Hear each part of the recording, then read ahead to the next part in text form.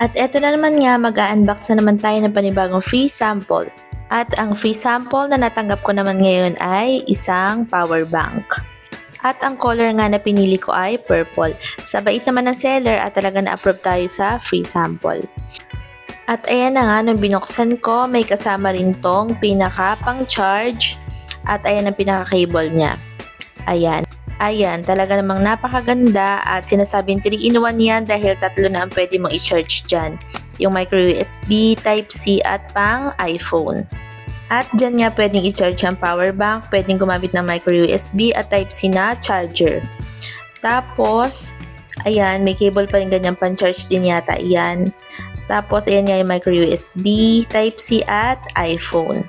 Yan yung maganda sa power bank na yan kasi 3-in-1 na siya. Kumbaga hindi ka naman mo problema kung Type-C yung cellphone mo, kung micro USB man o iPhone.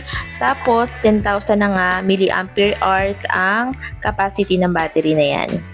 Tapos makikita rin dyan yung digital display ng kanyang pinaka-battery. At ang kagandahan yan, may kasama rin siyang pinaka-ilaw. Kaya pwede nyo rin talaga gamitin yan kapag mga emergency at kapag nag-brown out. At ang kagandahan niyan, maliit lang ang size niya. Kaya napaka-handy lang talaga niyan dalhin. So, yun nga, ilalagay ko ang link kung saan mabibili ang power bank na iyan. So, yun lang guys. Salamat!